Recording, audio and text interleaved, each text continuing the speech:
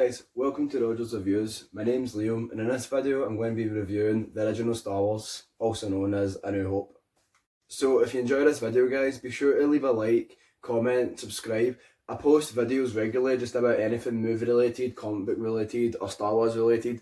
It's all just entertainment stuff I post. So if you like these kind of videos, be sure to subscribe and also let me know in the comments what you think of the original Star Wars. So I'm just going to say it off the bat, I love this movie. Star Wars is like my favourite franchise ever, and I really just enjoy how simplistic the A New Hope is compared to like all the rest of the movies.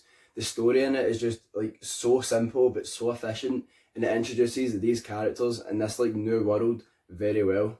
It basically just starts off at the beginning with Luke Skywalker on Tatooine, and you can just kind of see that he wants more and he just wants to live a better life and join the rebels, but obviously his uncle won't allow it.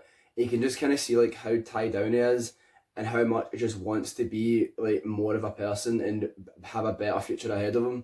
And I think it's like shown very well because there's like small scenes like him and he's like hut and he's like playing with like the ship toy, which it just kind of shows like how much he wants to be this rebel fighter, and it just kind of adds a lot to the character like that. Just kind of like small moment I think in my opinion. And obviously when Obi-Wan comes to him and he tells him about Darth Vader and basically that Darth Vader killed his dad and his dad was a Jedi, just makes Luke want to step up even more.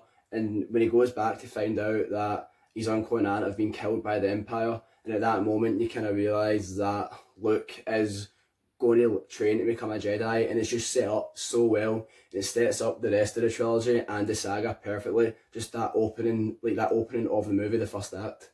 So like I said, this film sets up these characters very well. And all these characters are awesome, especially Han Solo, who's just like when you grow up, you just want to be him because it is just the cool guy, and he's just this like really cool, suave, like smuggler who everybody just wanted to be. Well, I did anyway growing up.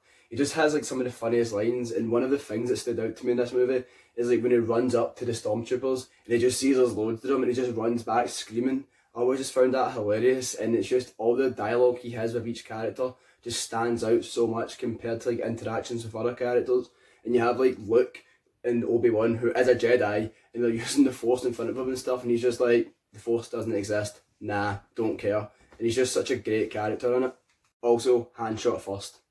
Then you have Darth Vader, who doesn't really have much screen time in this movie, but when you first meet him at the start of the film, he is just like terrifying. He just walks through the smoke, all these dead rebels lying at his feet. He just grabs them by the throat, asking for the plans. But what I didn't get with that scene is it doesn't give the guy a chance to talk. He's literally just choking him, and the guy's like trying to speak, but Darth Vader's just like, nah, right, tell me. And the guy's like dying. So then he dies, and he just like throws him to the side. I actually noticed in that scene, but when you see him get thrown to the side and he's dead, he actually like tries to cover his face. But it's quite, it makes no sense because he's dead, but I found it funny either way. And I just think this movie set up Darth Vader very well. And like I said, it doesn't have much screen time, but you get the sense that he is lingering over these like rebels and the main cast all the time with the Empire, and you can just kind of feel the fact that he's there no matter what they do. I feel like Grand Moff Tarkin doesn't get mentioned much. He's the guy that actually tells Darth Vader what to do in this film, and I just want to give him like a mention in this because I just feel like it doesn't get mentioned much at all in like any Star Wars lore.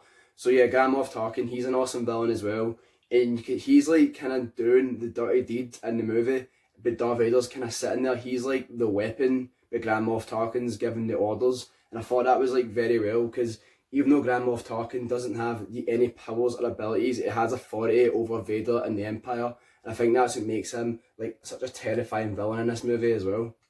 Also, the visuals in this movie still stand up a lot today. Like everything is aged pretty well, and there's not really any scenes I can pick out that look bad.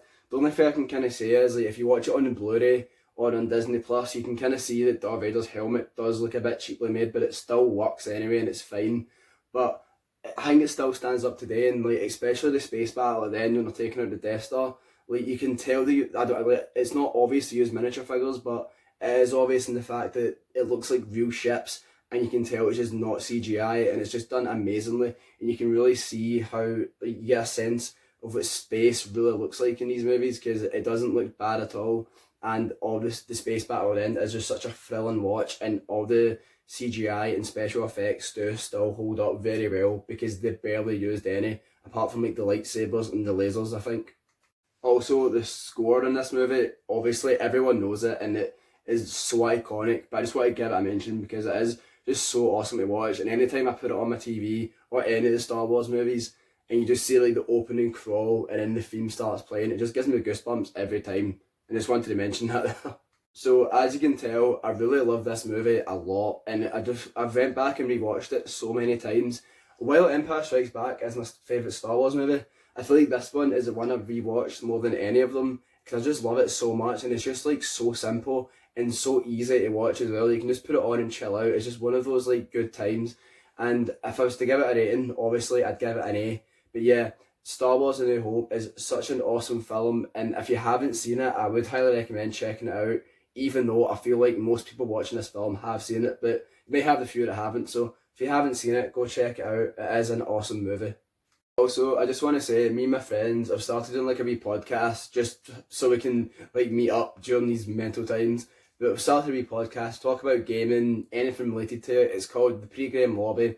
It should be up soon. It'll be in a complete different channel. And keep an eye out on my Instagram for it, and I'll leave the link to my Instagram in the description below.